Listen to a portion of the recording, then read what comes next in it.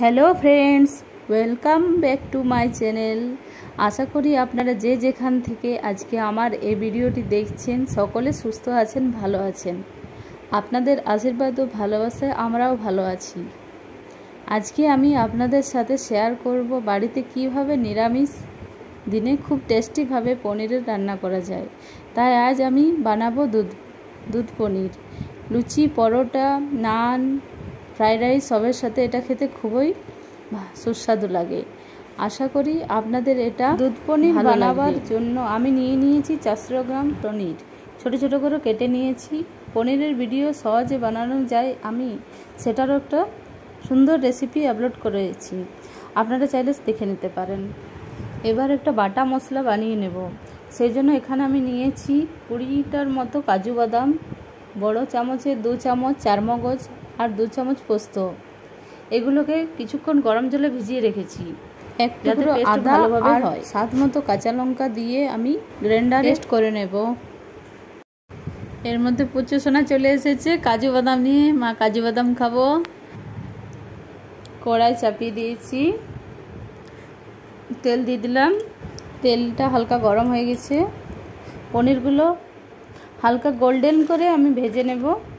এখানে একটা টিপস দিয়ে রাখছি, পনির ভাজা হয়ে গেলে পর উঠিয়ে পরে হালকা গরম জলের সাথে নুন দিয়ে ভিজিয়ে রাখলে পনির খুব নরম থাকে। ট্রাই করে দেখবেন। আর একদিকে আমি আমের আচার করছি।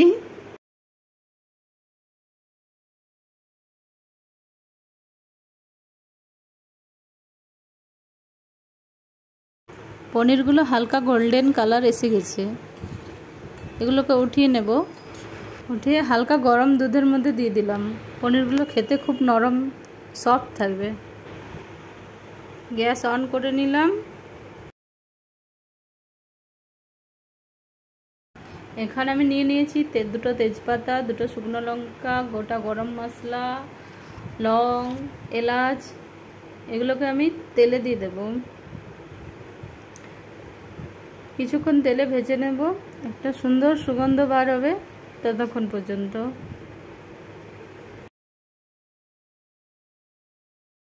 আমি রান্না করলে এখানে খুব বেশি তেল ব্যবহার করি না, কম তেলের মধ্যেই রান্না করার চেষ্টা করি। মশলাগুলো খুব সুন্দর ভাজা হয়ে গেছে।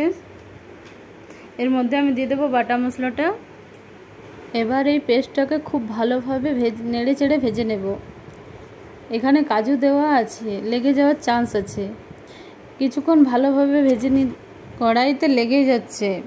হালকা একটুকু জল দেব, দিয়ে আরও অনেকক্ষণ কষে নিতে হবে।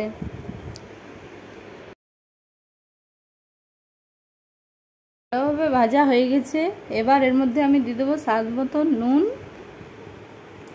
একটুখানি হলুদ গুঁড়ো আর দেব কাশ্মীরি লঙ্কার গুঁড়ো। এবারও খুব ভালো করে ভেজে নেব, না হলে কাঁচা গন্ধ বেরোবে। গ্যাসের ফ্লেম কম রেখে ভালোভাবে মশলাটাকে ভেজে নেব। একটুখানি জল দিয়ে আরও কষে নেব।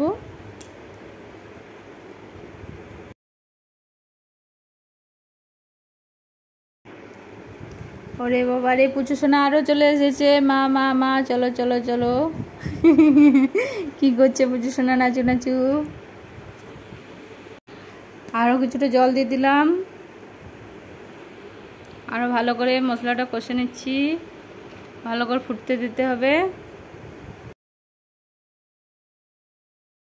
গ্রেভিটা ফুটতে শুরু করেছে। এবার আমি পনিরগুলো দুধ সমেত দিয়ে দেব। গ্যাসের ফ্লেম কম রেখে আরও কিছুক্ষণ অনবরত নেড়ে নেব, যতক্ষণ না দুধটা ফুটে ওঠে। না হলে দুধটা কেটে যেতে পারে। এই রান্নাটা তৈরিও হয় ঝটপট, মশলাও লাগে খুব কম, তবে খেতে অসাধারণ হয়।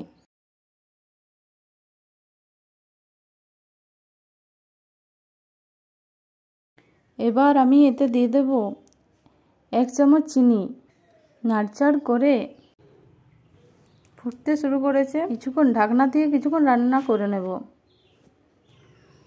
আবার কিছুক্ষণ ভালোভাবে নাড়চাড় করে নিলাম।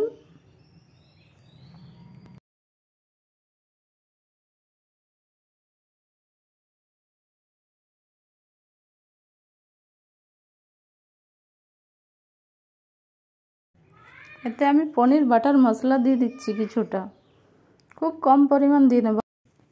বাড়িতে যদি কাস্তুরি মেথি থাকে তাহলে এর মধ্যে দিয়ে দিতে পারেন, একটা খুব সুন্দর গন্ধ বার হয়, না দিলেও কোনো ব্যাপার না। ঘিও দেওয়া চলে, এখানে ঘিটা অপশনাল, আমার এখানে পছন্দ করে না তাই আমি দিই না। আশা করছি আপনারাও ট্রাই করবেন, বন্ধুদের সাথে ভিডিওটি শেয়ার করবেন, কমেন্টে জানাবেন কেমন হয়েছে। নেক্সট ভিডিও পেতে যারা আমার চ্যানেলটি সাবস্ক্রাইব করেনি তারা সাবস্ক্রাইব করবেন। পরের ভিডিও পেতে আমার সাথে থাকুন, পাশে থাকুন। Tata, bye bye.